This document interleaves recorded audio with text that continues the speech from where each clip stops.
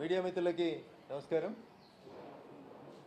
భారత రాజ్యాంగ నిర్మాత డాక్టర్ బిఆర్ అంబేద్కర్ గారి పేరిట కాంగ్రెస్ పార్టీ చేస్తున్నటువంటి తుచ్చ రాజకీయాలని నిరసిస్తూ ఈరోజు ఎన్డీఏ భాగస్వామ్య పక్షాలకు సంబంధించినటువంటి ఎంపీలం శాంతియుతంగా పార్లమెంటు మెట్ల మీద మకర ద్వారం ముందు శాంతియుత మార్గంలో గాంధేయ మార్గంలో నిరసన తెలుపుతూ ఉంటే ఒక చేతిలో కాన్స్టిట్యూషన్ పుస్తకాన్ని పట్టుకొని పక్కన నలుగురిని దౌర్జన్యం చేసేటువంటి వ్యక్తుల్ని కూడా తెచ్చుకొని సీనియర్లు అయినటువంటి ఎంపీలను కూడా గౌరవించకుండా పార్లమెంటు మెట్లపై నుంచి ఎంపీలను తోసుకుంటూ వెళ్ళి ఒక ఎంపీ మాజీ మంత్రి కేంద్ర మంత్రిగా పనిచేసినటువంటి పెద్ద ఆయన గాయానికి కారణమైనటువంటి రాహుల్ గాంధీ మీద తప్పకుండా చట్ట ప్రకారం చర్యలు తీసుకోవాలని చెప్పి పార్టీ పక్షాన డిమాండ్ చేస్తూ ఉన్నాం.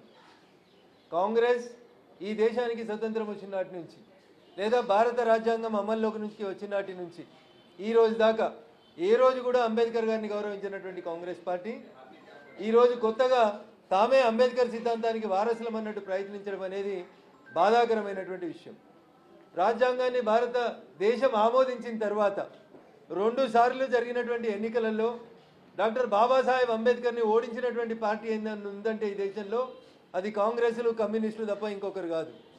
ప్రత్యక్ష ఎన్నికల్లో అంబేద్కర్ని ఓడించడమే కాకుండా తమ కుటుంబానికి భారతరత్నని ఇచ్చుకున్నారు 3 తరాలకి. జవహర్లాల్ నెహ్రూ గారికి, ఇందిరాగాంధీకి, రాజీవ్ గాంధీ గారు కూడా భారతరత్న ఇచ్చుకోవడానికి కాంగ్రెస్ పార్టీకి మనసు ఒప్పింది. కానీ ఈ దేశ రాజ్యాంగ నిర్మాతల్లో ఒకరు, ఈ దేశంలో ప్రజలందరూ సమంగా గౌరవించబడాలని కలలు కన్నటువంటి వ్యక్తి డాక్టర్ బిఆర్ అంబేద్కర్ గారికి మాత్రం భారతరత్న అవార్డు ఇవ్వాలనేటువంటి కనీసం ఆలోచన రానటువంటి పార్టీ కాంగ్రెస్ పార్టీ. ఎన్నికలలో నిలబడితే ఓడగొట్టినారు, వ్యతిరేకంగా ప్రచారం చేసినారు, రాజ్యాంగ నిర్మాతను గౌరవించలేదు. ఆఖరికి మీ కుటుంబంలో 3 తరాలకి భారతరత్న ఇచ్చుకున్నారు. కానీ బాబాసాహెబ్ అంబేద్కర్కి భారతరత్న ఇవ్వాలనేటువంటి ఆలోచన లేని మీరు ఇవాళ ఓట్ల కోసం బిఆర్ అంబేద్కర్ గారి వారసులం అని చెప్పి కాంగ్రెస్ పార్టీ చేస్తున్నటువంటి కుట్రల్ని కుతంత్రాల్ని ఈ దేశ ప్రజలందరూ కూడా గమనించాలి, అర్థం చేసుకోవాలని మేము సవినయంగా అప్పీల్ చేస్తూ ఉన్నాం. భారత రాజ్యాంగ నిర్మాత బిఆర్ అంబేద్కర్ని గుర్తించింది, గౌరవించింది. వారు చదువుకున్న స్థలం, పుట్టిన ప్రదేశం నుంచి ప్రతి ప్రాంతాన్ని గుర్తించి పంచతీర్థిగా అభివృద్ధి చేసింది భారతీయ జనతా పార్టీ తప్ప కాంగ్రెస్ కాదు. అట్లాంటి కాంగ్రెస్ ఈరోజు ఓటు బ్యాంక్ రాజకీయాల కోసం అధికారంలో ఉన్నప్పుడు ఏ రోజు కూడా బిఆర్ అంబేద్కర్ గారిని గుర్తించని గౌరవించని కాంగ్రెస్ ఈ రోజు వచ్చి కొత్తగా కథలు చెప్తా ఉంది. వారు రాసిన రాజ్యాంగం మీద ముప్పేట దాడి చేసి అనేక సార్లు సంస్కరణలు చేసి నానా యాగి చేసినటువంటి కాంగ్రెస్ పార్టీ ఈరోజు కొత్తగా తామేదో చేస్తామని చెప్పడం అనేది దుర్మార్గం, బాధాకరమైనటువంటి విషయం అని చెప్పి ఈ సందర్భంగా తెలియజేస్తూ ఈరోజు పార్లమెంట్ ఆవరణలో దుర్మార్గంగా బిహేవ్ చేసినటువంటి వ్యక్తులందరి మీద కూడా తగు చర్యలు తీసుకోవాలని కొద్దిసేపట్లో మేము స్పీకర్ గారిని అదే రకంగా పోలీసు వాళ్ళని కూడా కలిసి కంప్లైంట్ చేయబోతా ఉన్నాం. థ్యాంక్ యూ అనండి.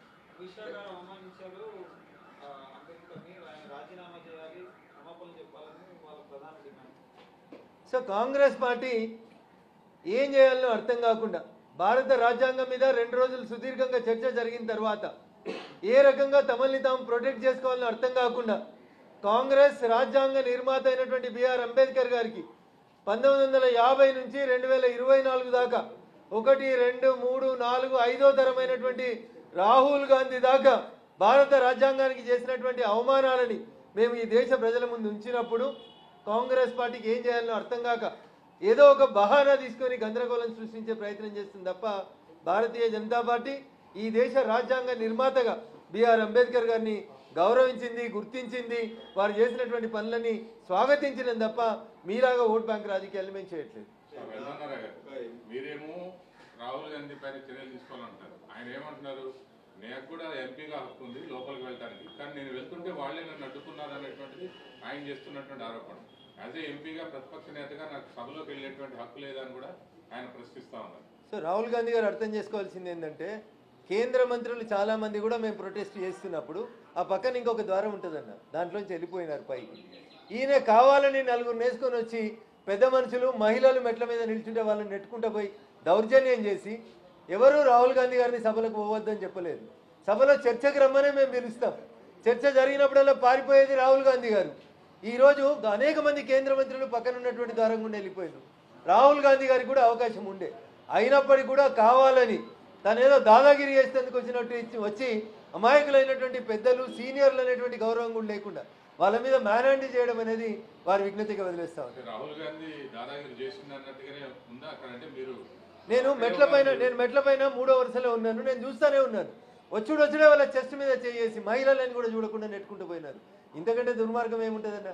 ఒక ఎంపీగా ఒకవేళ నిజంగా మీరు చెప్పిన మాట కరెక్ట్ అయితే మేము ఎవరమన్నా మీరు ఆకకు అడ్డంగా నిలబడి ఉంటే I want to go inside అని ఒక మాట చెప్తే అయిపోయేది. లేదా ఒక నిమిషం మీరు నిలబడి ఉంటే అక్కడ ఉన్నటువంటి సీనియర్ ఎంపీలందరూ కూడా పాయింట్ న్యాచురల్గా పక్క జరిగి మీకు ద్వారిచ్చేవారు, లేకపోతే ఆ పక్క నుండి ద్వారం ఉంది అక్కడి నుంచి వెళ్ళండి అని చెప్పేవారు. ఏది లేకుండా వచ్చి రాగానే 4 మనుషులు వేసుకొని దౌర్జన్యంగా నెట్టుకుంటూ పోవడం అనేది ఎంతవరకు సబ్ అనేది వారు ఆలోచించారు. నేను అక్కడే ఉన్నాను, నేను ప్రత్యక్ష సాక్షిని. నేను 3వ మెట్టు మీద నిలబడి చూస్తూ ఉన్నాను. వచ్చి రాగానే ఆడ ముందు 2 మహిళా ఎంపీలు ఉన్నారు, వాళ్ళ మీద చేయలేసి నెట్టేస్తూనే ఉన్నారు. ఇదేం ప్రజాస్వామ్యం, ఇదేం సాంప్రదాయం అన్న? స్త్రీలను గౌరవించారు, పెద్దవారిని గౌరవించారు. సారంగి గారు ఎంత పెద్దవారు, ఎంత ఏజ్లో ఉంటారో అర్థం చేసుకోవాలి. మీరు ఎక్సైజ్ చేసేది అట్లాంటి పెద్దల మీద బాడీ బిల్డింగ్ చూపెట్టడానికి కాదు. This is very unfortunate. ఎందుకు రాహుల్ గాంధీ ఆ రకమైనటువంటి వ్యవహార శైలి ప్రవర్తించుంటాడు అనుకోవచ్చు. సో సమయంలో కోల్పోయినటువంటి కాంగ్రెస్ పార్టీ ఏం చేయాలనో అర్థం కాక దేశ ప్రజలకు ఏం సమాధానం చెప్పాలి? భారత రాజ్యాంగ నిర్మాత బిఆర్ అంబేద్కర్ గారిని, జవహర్లాల్ నెహ్రూ గారు, ఇందిరాగాంధీ, రాజీవ్ గాంధీ, ఆ తర్వాత యూపీఏ వచ్చిన తర్వాత సోనియా గాంధీ, ఆ తర్వాత అదే యూపీఏ 2లో రాహుల్ గాంధీ గారు భారత రాజ్యాంగాన్ని ఎట్లా అవమానపరిచినారని ఈ దేశ ప్రధాని నరేంద్ర మోడీ గారు 5 తరాలు భారత రాజ్యాంగానికి, రాజ్యాంగ నిర్మాతకు చేసినటువంటి అవమానం గురించి చాలా స్పష్టంగా ఎక్స్ప్లెయిన్ చేసిన తర్వాత దేశ ప్రజలకు ఏం సమాధానం చెప్పుకోవాలని అర్థం కాని కాంగ్రెస్ పార్టీ ఈ రకమైనటువంటి దౌర్జన్యాలకు దిగడం అనేది బాధాకరమైనటువంటి విషయం.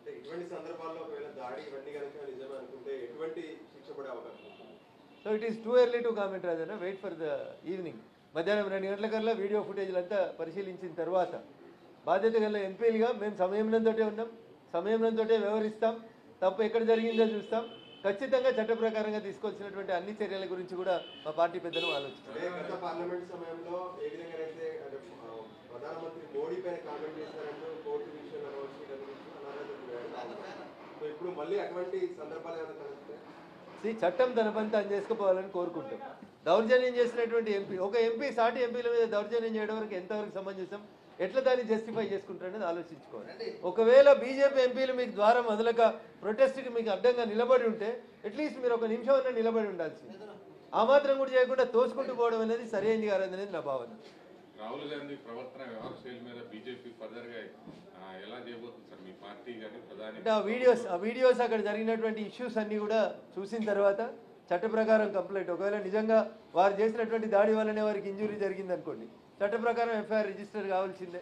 దాని గురించి పూర్తి వీడియోస్ని, అక్కడ అంతా గందరగోళమైనటువంటి పరిస్థితి ఉంటే పూర్తి వీడియోస్ని పరిశీలించిన తర్వాత తప్పు ఎవరు చేసినారని చూసి చట్ట ప్రకారం చర్య తీసుకోవడానికి ప్రయత్నం చేస్తాం. Thank you.